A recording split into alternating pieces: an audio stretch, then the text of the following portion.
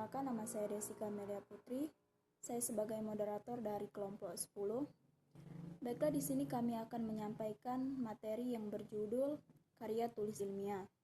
Sebelumnya, saya akan memperkenalkan anggota saya, yaitu rekan Anissa dan Septaria.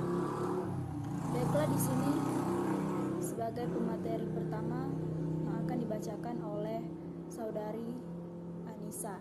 Kepadanya dipersilakan. Warahmatullahi wabarakatuh. Perkenalkan, nama saya Anissa, NPM 26101164. Di sini saya akan menjelaskan pengertian karya ilmiah.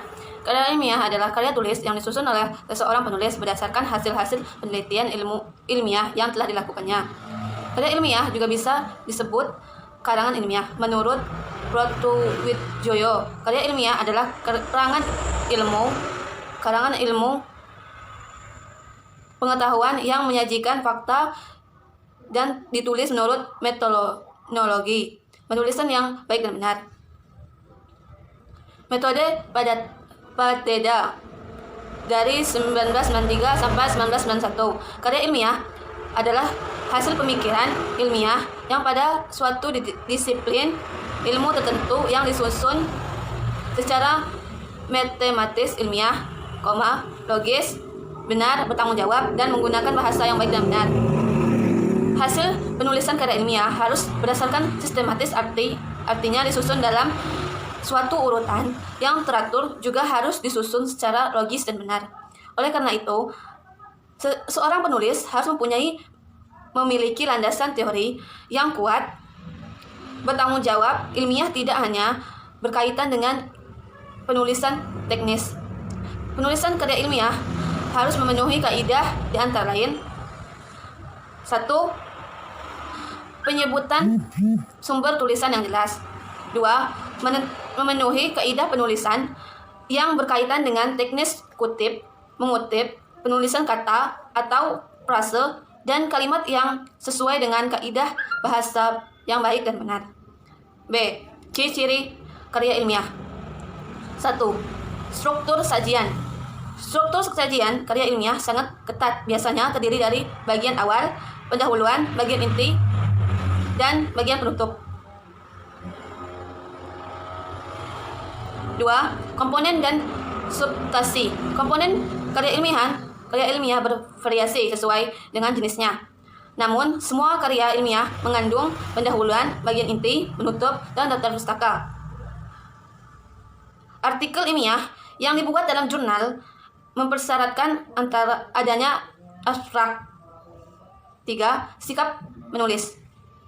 Sikap penulis dalam karya ilmiah dalam objektif yang disampaikan dengan menggunakan gaya bahasa informal dengan banyak menggunakan bentuk pasif tanpa menggunakan kata ganti orang pertama atau kedua. 4. Menggunakan bahasa. Penggunaan bahasa yang digunakan dalam karya ilmiah adalah bahasa baku yang tercermin dari pemilih kata atau istilah dan kalimat-kalimat yang efektif dengan struktur yang baku. Assalamualaikum warahmatullahi wabarakatuh. Perkenalkan, nama saya Septaria, NPM 206101181. Di sini saya akan melanjutkan materi dari teman saya. C. Model 3. Makalah dan tujuan penelitian rencana kegiatan keputusan. 6. Skripsi. Skripsi merupakan karya tulis ilmiah berdasarkan hasil penelitian lapangan atau studi kepustakaan yang disusun mahasiswa sesuai dengan bidang studinya sebagai tugas akhir dalam fakultas. Tujuan dan kegunaan skripsi. Tujuan dan kegunaan skripsi yaitu menyajikan hasil-hasil temuan penelitian secara ilmiah yang berguna bagi pengembangan ilmu dan kepentingan praktis administrasi negara dan komunikasi. Karakteristik skripsi. 1. Merupakan hasil karya asli, bukan ciptaan bagi sebagian atau secara keseluruhan, atau dibuat pernyataan di atas sigil bermaterai 6000. Mempunyai relevansi dengan ilmu administrasi negara dan ilmu komunikasi. 3. Mempunyai manfaat teoritis atau praktis. 4. Sesuai dengan kaidah-kaidah keilmuan. 5. Menggunakan bahasa Indonesia yang baku, baik dan benar menurut ejaan yang disempurnakan.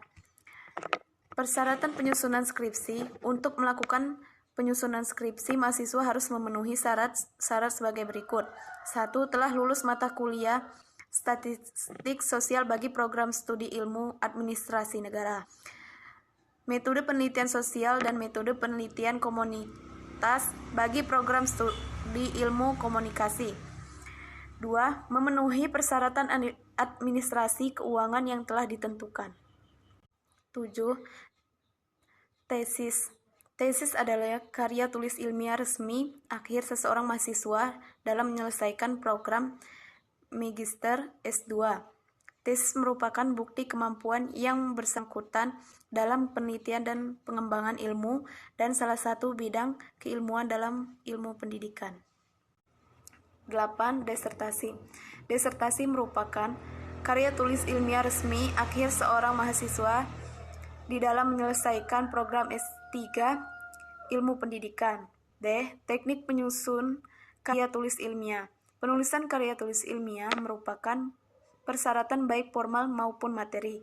Persyaratan formal menyangkut kebiasaan yang harus diikuti dalam penulisan, sedangkan persyaratan materi menyangkut isi tulisan. E. Etika dan kode etik penulisan karya ilmiah. Etika dan kode etik yang lazim ditumbuh budayakan dalam penulisan karya ilmiah harus diikuti. Hak cipta dan paten dari segi hukum harus diikuti dan dipahami dengan baik. Penulisan harus memahami etika penulisan karya ilmiah secara baik. Kode etik adalah norma-norma yang telah ditetapkan dan diakui oleh masyarakat dan sipil. Kesimpulan dari pembahasan yang telah dijelaskan di atas, maka dapat disimpulkan bahwa karya ilmiah adalah karya tulis yang disusun oleh seorang penulis berdasarkan hasil-hasil penelitian ilmiah yang telah dilakukannya. Karya ilmiah juga biasa disebut karangan ilmiah yang disajikan secara fakta dan ditulis secara metodologi penulisan yang baik dan benar. Dalam penulisan karya ilmiah banyak aspek yang mesti diketahui oleh calon pembuat karya ilmiah, karena itu sangat berperan dengan hasil karya ilmiah yang akan dibuat. Karya ilmiah mempunyai beberapa jenis seperti makalah, kertas kerja, skripsi, tesis, disertai artikel, esai, opini, dan fiksi. B. Saran. Dalam penulisan makalah ini masih terdapat beberapa kekurangan dan kesalahan, baik dari segi penulisan maupun dari segi penyusunan. Dari segi isi juga masih perlu ditambahkan. Oleh karena itu, kami sangat mengharapkan kepada para pembaca makalah ini agar dapat memberikan kritikan dan masukan yang bersifat membangun. Baiklah, sekian materi dari kami. Kami tutup. Wassalamualaikum warahmatullahi wabarakatuh.